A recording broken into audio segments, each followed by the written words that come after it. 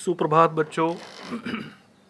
12th class अभिव्यक्ति और माध्यम, कविता, कहानी और नाटक की रचना।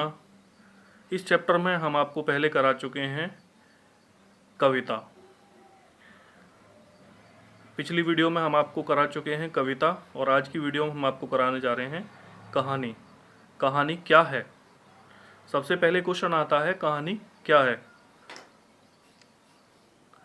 किसी घटना, पात्र या समस्या की क्रमबद्ध जानकारी जिसमें परिवेश हो, द्वंद्वात्मकता हो, कथा का क्रमिक विकास हो, चरम उत्कर्ष का बिंदु हो, उसे कहानी कहा जाता है। ठीक है, किसे कहा जाता है?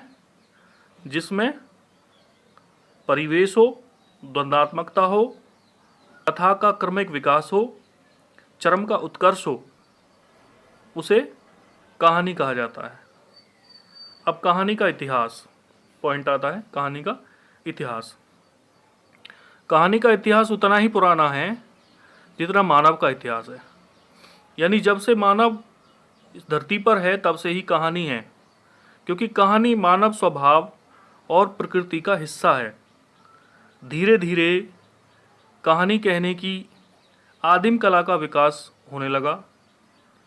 प्रारंभ में कथावाचक कहानी सुनाते थे जिनका विषय किसी घटना का वर्णन, युद्ध, प्रेम और प्रतिशोध आदि हुआ करता था। तो कहानी की कहानी का जो इतिहास है ये पुराना है, क्योंकि कहानी प्राचीन काल से ही चली आ रही है, नई चीज़ नहीं है।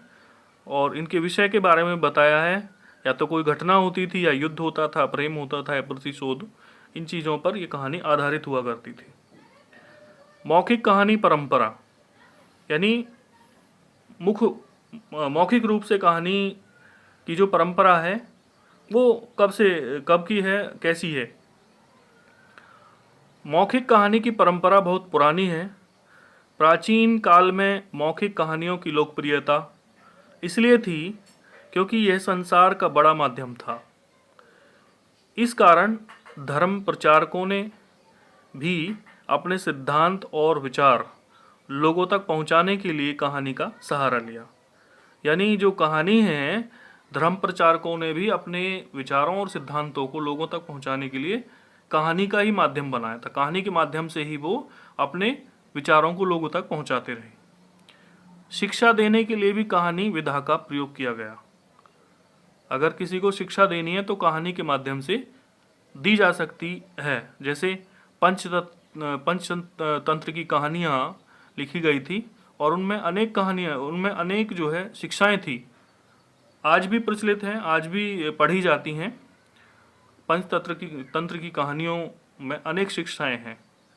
तो ये कहानी जो है ये शिक्षा देने का माध्यम भी है। अब बात करते हैं कहानी के तत्वों की। कहानी के 8 तत्व हैं, जिनमें कथानक पहला, द्वंद्व, देश काल और वातावरण, पात्र एवं चरित्र चित्रण, संवाद, चरमोत्कर्ष, भाषा शैली और उद्देश्य। ये 8 तत्व हैं कहानी के। एक कहानी में ये 8 तत्व होने अनिवार्य हैं। इनके बिना कहानी पूर्ण नहीं होती है। जैसे सबसे पहला हम लेते हैं कथानक। कथानक कहानी का केंद्र बिंदु होता है, जिसमें प्रारंभ से अंत तक कहानी की सभी घटनाओं और पात्रों का उल्लेख होता है। सरल शब्दों में कहानी की रचना को कथानक कहा जाता है। जो कहानी की रचना है वही कथानक है।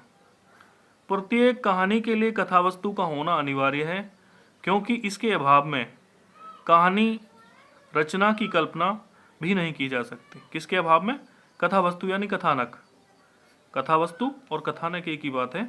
कथावस्तु या कथानक के अभाव में कहानी की रचना की कल्पना भी नहीं हो सकती। ये बहुत ही अनिवार्य विषय है। कथानक कहानी का प्रारंभिक नक्शा होता है। ठीक है, उसके बाद आते हैं हम, नेक्स्ट पॉइंट है द्वंद्व।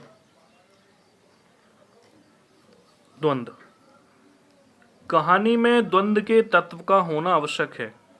द्वंद्व कथानक को आगे बढ़ाता है, यह कहानी में रोचकता बनाए रखता है। द्वंद्व दो विरोधी तत्वों का टकराव या किसी की खोज में आने वाली बाधाओं के कारण उत्पन्न होता है। कहानी की यह शर्त है कि वह नाटकीय आकार से अपने उद्देश्य को पूर्ण करते हुए समाप्त हो जाए। यह द्वंद्व के कारण ही पूर्ण होती है, यानी द्वंद्व भी कहानी का अनिवार्य तत्व है। देशकाल और वातावरण। प्रत्येक घटना, पात्र, समस्या का अपना देशकाल और वातावरण होता है। कहानी में वास्तविकता का पुट लाने के लिए देशकाल और वातावरण का प्रयोग किया जाता है। कहानी को प्रामाणिक और रोचक बनाने के लिए इनका प्रयोग अत्यंत आवश्यक है। यानी देशकाल और वातावरण बहुत ही इम्पोर्टेंट पॉइंट है, बहुत ही इम्पोर्टेंट तत्व है कहानी का। पात्र एवं चरित्र चित्रण। कहानी का संचालन उसके पात्रों के द्वारा ही होता है।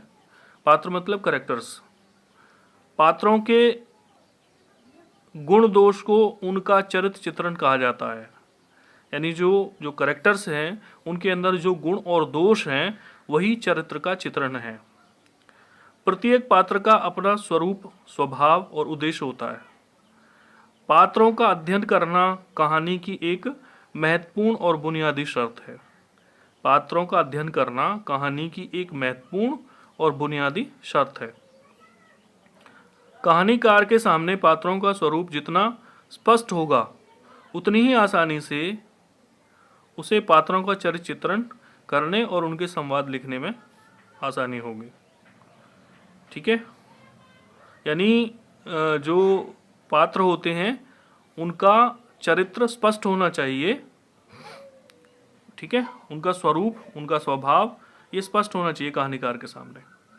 उसके बाद आइए संवाद। कहानी के पात्रों के द्वारा किए गए उनके विचारों की अभिव्यक्ति को संवाद या कथोपकथन कहते हैं। कथोपकथन या संवाद कहते हैं। कहानी के पात्रों के द्वारा किए गए उनके विचारों की अभिव्यक्ति, यानी जो कुछ भी वो बोलते हैं, अपने विचारों को जिस प्रकार से वो प्रस्तुत करते हैं बोलकर, वो संवाद होते हैं। कहानी में संवाद का विशेष महत्व होता है। संवाद ही कहानी तथा पात्र को स्थापित एवं विकसित करके कहानी को गति देकर आगे बढ़ाते हैं। ठीक है, तो संवाद भी एक इम्पोर्टेंट तत्व है। फिर आता है चरमोत्कर्ष। जब कहानी पढ़ते पढ़ते पाठक जिज्ञासा की पराकाष्ठा पर पहुंच जाए, यानी कहानी पढ़ते पढ़ते उसके अंदर क्वेश्चंस यानी प्रश्न आने लगे, कुछ जानने की इच्छा पैदा हो जाए, तो वो चरमोत्कर्ष होता है, उसे चरमोत्कर्ष कहते हैं। कथानक के अनुसार कहानी चरमोत्कर्ष की ओर बढ़ती है। उसके बाद आता है भाषा शैली। कहानीकार के द्वारा कहानी के प्रस्तुतिकरण के ढंग को उसकी भाषा शैली कहा जाता है। यानी कहानी को किस प्रकार प्रस्तुत किया गया है, कौन सी भाषा में, कौन सी शैली में, कौन से ढंग से प्रस्तुत किया है, वो भाषा शैली होती है। अतः कहानी की भाषा सरल, सहज और प्रभावमयी होनी चाहिए। उसके बाद आता है अंतिम पॉइंट है, अंतिम तत्व है ये, उद्देश्य। कहानी का महत्वपूर्ण भी है और अंतिम भी है। प्रत्येक कहानी किसी न किसी उद्देश्य को लेकर लिखी जाती है। कहानी की रचना बिना किसी उद्देश्य के नहीं हो सकती।